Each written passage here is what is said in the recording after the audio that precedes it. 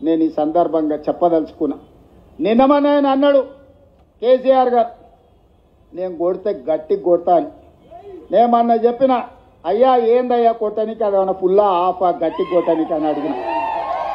చంద్రశేఖరరావు గారు ఈ వేదిక మీద నుంచి చెప్తున్నా, నీ గట్టి కొట్టాలంటే నీ కొడుకును వంగబెట్టి కొట్టు. ఎందుకంటే ఆయన తిరుగుళ్ళు చూడు, అటు చేసే వ్యవహారాలు చూడు. నీ బిడ్డను 2 చప్పరి, ఎందుకంటే లిక్కర్ దందాలో ఉండి ఈడ నిన్ను ఓడించిందే కదా, ఆడ కేజ్రీవాల్ కూడా మింగేసింది.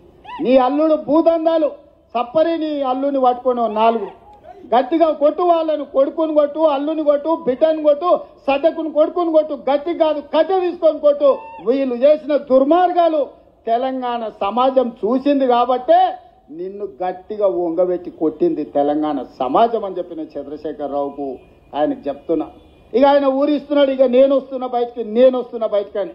అయ్యా నువ్వు బయటకు వచ్చినప్పుడు, నువ్వు కుర్చీలో ఉన్నప్పుడే మా యూత్ కాంగ్రెస్ కార్యకర్తలు నిన్ను బండకేసి కొట్టిరు. మళ్ళీ వచ్చేదేముంది? నువ్వు ముఖ్యమంత్రిగా ఉన్నప్పుడు, నీ పార్టీగా అధ్యక్షుడిగా ఉన్నప్పుడే మా యువజన కాంగ్రెస్ పిల్లలు నిన్ను బండకేసి కొట్టి ఓడగొట్టి ఇంట్లో ఊసబెట్టిరు. ఇవాళ కేటీఆర్ గారు ఊర్ల మీద తిరుగుతున్నాడు, కొత్త బిచ్చగాని పొద్దుగుర్తు ఎరగాడని.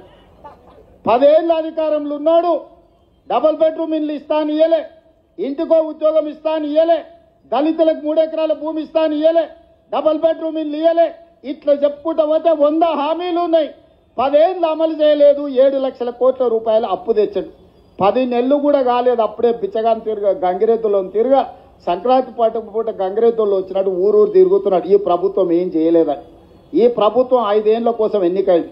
మొదటి సంవత్సరంలోనే 55,000 ప్రభుత్వ ఉద్యోగాలు ఈ ప్రభుత్వం ఇచ్చింది.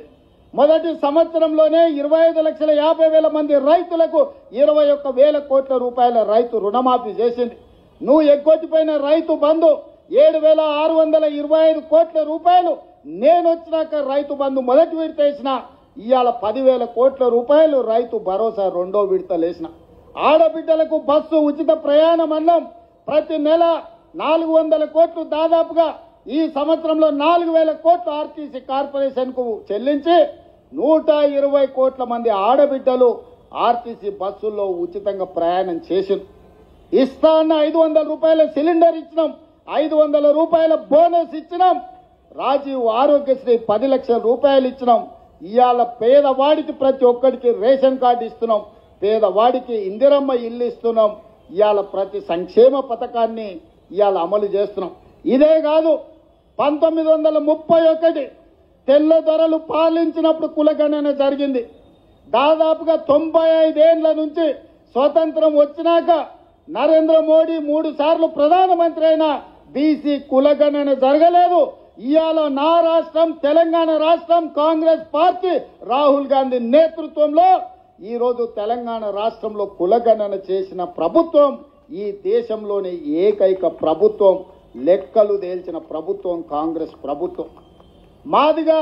మాదిగా ఉపకులాల వర్గీకరణ 35 ఏళ్ల నుంచి కొట్లాడినరు. చాలా మంది పిల్లలు చచ్చిపోయినరు. సుప్రీంకోర్టు వరకు పోయింది, పార్లమెంట్ వరకు పోయింది. మోడీ గారు కృష్ణా మాదిగను 4 సార్లు కౌగిలించుకున్నాడు, కానీ అది ధృతరాష్ట్ర కౌగిలిగానే మిగిలింది తప్ప మాదిగ ఉపకులాల వర్గీకరణ చేయలే. కానీ మీ ప్రభుత్వం ప్రజాపాలనలో మాదిగ ఉపకులాల వర్గీకరణ అమలు చేసి దేశంలోనే మొదటి రాష్ట్రంగా నిలబడి దేశంలో దశాబ్దాల కొద్దీ వాయిదా పడుతున్న సమస్యకు పరిష్కారం చూపించినాం. మొదటి సంవత్సరంలోనే ఇన్ని గొప్ప కార్యక్రమాలు చేసిన ప్రభుత్వం ఈ రాష్ట్రం దేశంలోనే మొదటి స్థానంలో ఉంది. అందుకే మిత్రులారా, ఎవరు ఎన్ని చెప్పినా వాళ్ళేదో వాట్సాప్ యూనివర్సిటీ మోడీ పెడితే సోషల్ మీడియా యూనివర్సిటీ వీడియో కూడా పెట్టింది, అక్రమంగా సంపాదించింది, కొల్లగొట్టింది.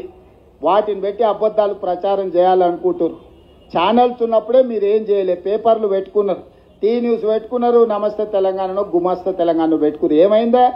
ఇవాళ సోషల్ మీడియాలో తప్పుడు ప్రచారం చేస్తే ఏమవుతుంది? ఇవాళ మీరు అందరూ అనుకుంటే ఈ ప్రభుత్వం అమలు చేస్తున్న కార్యక్రమాలను పేద ప్రజలకు వివరిస్తే ఒక్కసారి కాదు, మళ్ళొక్కసారి కాదు, 4 సార్లు మన ప్రభుత్వం ఉంటుంది. ఈ వేదిక మీద ఉన్న వాళ్ళు చాలా మంది ఎమ్మెల్యేలు, మంత్రులు అయ్యే అవకాశం ఉంది. అందుకే మిత్రులారా, ఈరోజు బాధ్యత చేపట్టిన ప్రతి ఒక్క యువజన కాంగ్రెస్ మిత్రుడికి ఇక్కడికి వచ్చిన వాళ్ళందరికీ మనస్ఫూర్తిగా శుభాకాంక్షలు తెలియజేస్తున్నా.